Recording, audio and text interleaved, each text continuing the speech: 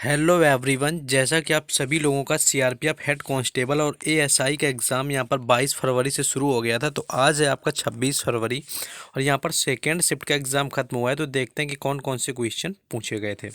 पहला क्वेश्चन आया हुआ था कि बाबर ने काबुली मस्जिद का निर्माण कहाँ पर करवाया था।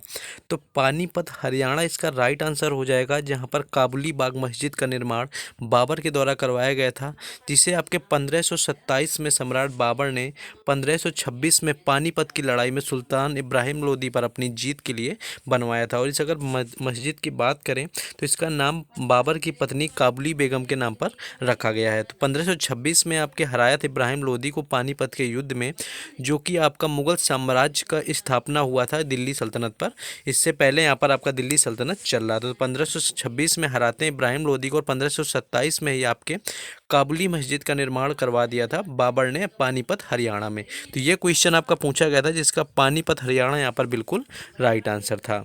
नेक्स्ट एक क्वेश्चन ये पूछा गया था कि 2011 की जनगणना के अनुसार 6 वर्ष तक के बच्चों का कितना प्रतिशत था। ऐसा कुछ रिलेटेड आया हुआ था कि 0 से जो 6 वर्ष के बच्चे थे उनका कितना परसेंटेज रहा हुआ था। तो आंकड़ों के मुताबिक बात करें तो 2001 में कुल जनसंख्या का आपका करीब 16% बच्चे थे, यानी 2001 की बात है यहाँ पर। वहीं 2011 में यह आपका करीब 13% रह गया था यहाँ पर। तो 2011 के जो जनगणना आयुक्त थे सी चंद्रमौली ने कहा था कि भारत में घटती उर्वरता का आपका सूचक है, यानी कि आपका 2011 की जनगणना के अनुसार कुल जो बच्चों का औसत था वो आपका 13% रह गया था, जो कि 2001 में आपका 16% था। वहीं बात कर लें कि जो 0 से 6 वर्ष के बीच की उम्र में प्रति 1000 लड़कों पर लड़कियों की जो संख्या होती है उसे बाल लिंगानुपात आपका कहा जाता है। 2011 की जनगणना में जो भारत का बाल लिंगानुपात था, जो कि आपका 2001 में यहाँ पर 927 और 211 में आपका ये घट करके 919 हो गया था, जैसा कि आपका 16% से यहाँ पर 13% ऊपर बताया हुआ था। और आपके पूरे अगर लिंगानुपात की बात करें तो 943 था, यानी प्रति 1000 पुरुषों में आपकी 943 महिलाएं शामिल थी 2011 की जनगणना के अनुसार। तो 2011 की जनगणना से मोस्टली क्वेश्चन यहाँ पर आपके पूछे जा रहे हैं, तो जनगणना को तो आपको अच्छे से यहाँ पर पढ़ लेना ही है। नेक्स्ट क्वेश्चन था कि जो छऊ नृत्य है उसे कब अमूर्त धरोहर में शामिल किया गया था। तो छऊ नृत्य की बात करें तो छऊ आपका मोस्टली बिहार, पश्चिम बंगाल एवं उड़ीसा में प्रचलित आपका लोक नृत्य है, जिसे कि मोस्टली आपका झारखंड का नृत्य माना जाता है, जिसे आपके सूर्य पूजा के अवसर पर किया जाता है। और सूर्य पूजा आपके छठ पूजा के दौरान की जाती है, यानी छठ पूजा में सूर्य भगवान की पूजा की जाती है। तो इसे यूनेस्को के द्वारा आपका 2010 में इस नृत्य को, नाटिका को अमूर्त सांस्कृतिक विरासत की प्रतिनिधि सूची में सम्मिलित कर दिया गया था। 2010 में आपका कालबेलिया नृत्य भी शामिल किया गया था अमूर्त धरोहर में यूनेस्को की, जो कि राजस्थान का आपका लोक नृत्य रहा है, जिसे सपेरा का नृत्य यानी सपेरों का नृत्य कहा जाता है। और गुलाबो सपेरा इसकी फेमस कलाकार रहे हैं, काफ़ी प्रसिद्ध, जो भी आपसे कम जीडी के एग्जाम में 4 से 6 8 बार क्वेश्चन ये पूछा गया। तो गुलाबो सपेरा आपके कालबेलिया से संबंधित है, राजस्थान का लोक नृत्य है, और उसे भी आपका 2010 में यहाँ पर अमूर्त धरोहर में शामिल किया गया था, जैसे कि छऊ नृत्य आपका शामिल किया गया था, जो कि आपका झारखंड का मुख्यतः त्यौहार है यहाँ पर। उसी तरह आपका सरहूल त्यौहार भी काफ़ी आपका पूछा जाता है।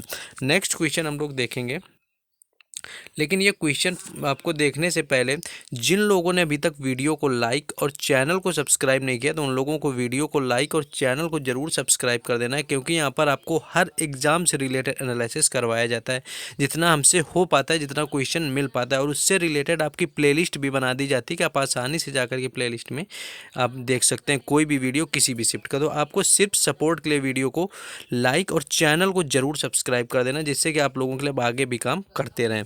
और बाकी व्हाट्सएप ग्रुप और टेलीग्राम चैनल दोनों का लिंक डिस्क्रिप्शन में दिया गया है, जिसमें कि आपको जुड़ जाना है, तो वहाँ पर आपको बाकी सारी अपडेट और पीडीएफ मिलती रहेंगी। क्वेश्चन आपका ये था कि टोक्यो ओलंपिक में नीरज चोपड़ा ने कितनी दूर भाला फेंका हुआ था। तो नीरज चोपड़ा जो हैं ट्रैक और फील्ड एथलीट प्रतिस्पर्धा में भाला फेंकने वाले खिलाड़ी हैं, जो कि 87.58 मीटर पर भाला फेंका टोक्यो ओलंपिक 2021 में गोल्ड मेडल जीतकर इतिहास रचा हुआ था।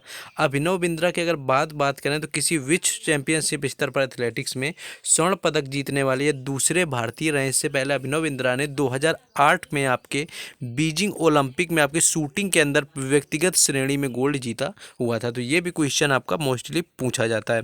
चलिए हम लोग नेक्स्ट क्वेश्चन देखेंगे, आज आपका क्या पूछा गया था। नेक्स्ट क्वेश्चन ये था आपका, एक ऐसा क्वेश्चन आया हुआ था कि जो आपका धर्म, नस्ल, जाति, लिंग के जो भेदभाव के आधार पर जो आपका अनुच्छेद बनाया गया अधिकार, वो कौन सा अधिकार है आपको दिया हुआ था? समानता का अधिकार, स्वतंत्रता का अधिकार, ऐसा कुछ आपका क्वेश्चन था।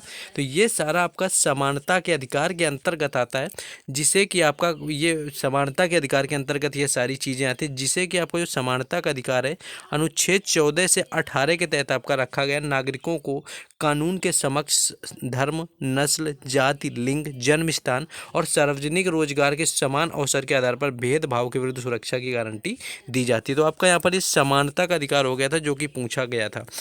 तो यहाँ पर आपको याद रखना है कि समानता का अधिकार था। वहीं आपका स्वतंत्रता के अधिकार की बात करें तो आपका 19 यानी कि अनुच्छेद 19 में आपका दिया हुआ था, जो कि स्वतंत्रता का अधिकार आपका आता है।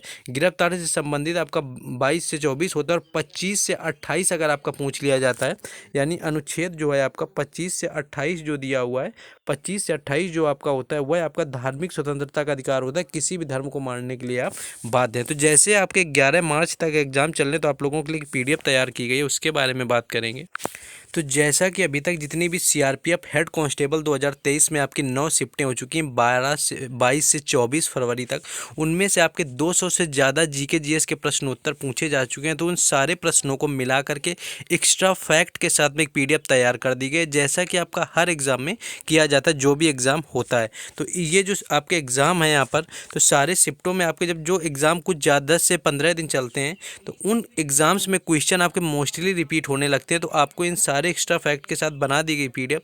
बाकी आपको डेली बेस पर पीडीएफ मिलती रहेंगी, लेकिन एक साथ ये पूरी पीडीएफ आपको जो है लेने के लिए मात्र 20 रुपये का शुल्क रखा गया है, जो कि ज़्यादा नहीं है। आपके एग्जाम के पॉइंट ऑफ व्यू से आप अगर पूरा रिवीजन कर सकते हैं तो 3 से 4 क्वेश्चन आपको इसी पीडीएफ से मिल जाने। तो आपको लेने के लिए ये व्हाट्सएप नंबर गिवन है, जिस व्हाट्सएप नंबर पर कॉन्टैक्ट करके आप लोगों को मात्र 20 रुपये का शुल्क दे करके ये पीडीएफ खरीद सकते हैं, जिससे कि आपका बहुत ज़्यादा बेनिफिट होने वाला है। तो आपका डिसीजन है, आप चाहें तो खरीद सकते हैं। मैं तो रिकमेंड करूँगा कि आप ज़रूर खरीदें, क्योंकि जीडी में जो हुआ था यहाँ पर कम से कम यहाँ पर लगभग आपकी 500 से 600 पीडीएफ सेल हुई थी, जिसमें कि स्टूडेंट का रिस्पांस बहुत ज़्यादा अच्छा रहा हुआ था, यानी एक्सपेक्ट किया था उससे भी अच्छा रहा हुआ था। तो आप लोग परचेज कर सकते हैं। चलिए अपने क्वेश्चन में वापस चलते हैं। नेक्स्ट आपका क्वेश्चन ये कुछ पूछा गया था कि हिमालय के कारण किन राज्यों में सर्दी नहीं हो पाती, ऐसा कुछ क्वेश्चन आया हुआ था कि जो समुद्र से दूर हैं या कुछ, या हिमालय में सर्दी नहीं हो पाती, इससे रिलेटेड कुछ पूछा गया था। तो राजस्थान आपको ऑप्शन में गिवन था, जो कि राइट आंसर था। या फिर जिनका एग्जाम है वो लोग आपके व्हाट्सएप में कांटेक्ट कर लेंगे, कमेंट में जुड़ जाएंगे, जिससे कि आने वाली शिफ्टों में क्वेश्चन मिलना आसान हो जाएगा। तो अगर बात करें तो सर्दियों के दौरान जो हमारे शरीर का तापमान होता है आसपास के तापमान से अधिक होता है, इसलिए गर्मी बाहर शरीर से आप आसपास की ओर प्रवाहित होती है, जिसके परिणाम स्वरूप आपका शरीर का तापमान कम हो जाता है और इसलिए हमें सर्दी में के मौसम में ठंडक का एहसास होता है। तो ऐसा कुछ फैक्ट होता है आपका साइंटिफिक सर्दी लगने के पीछे।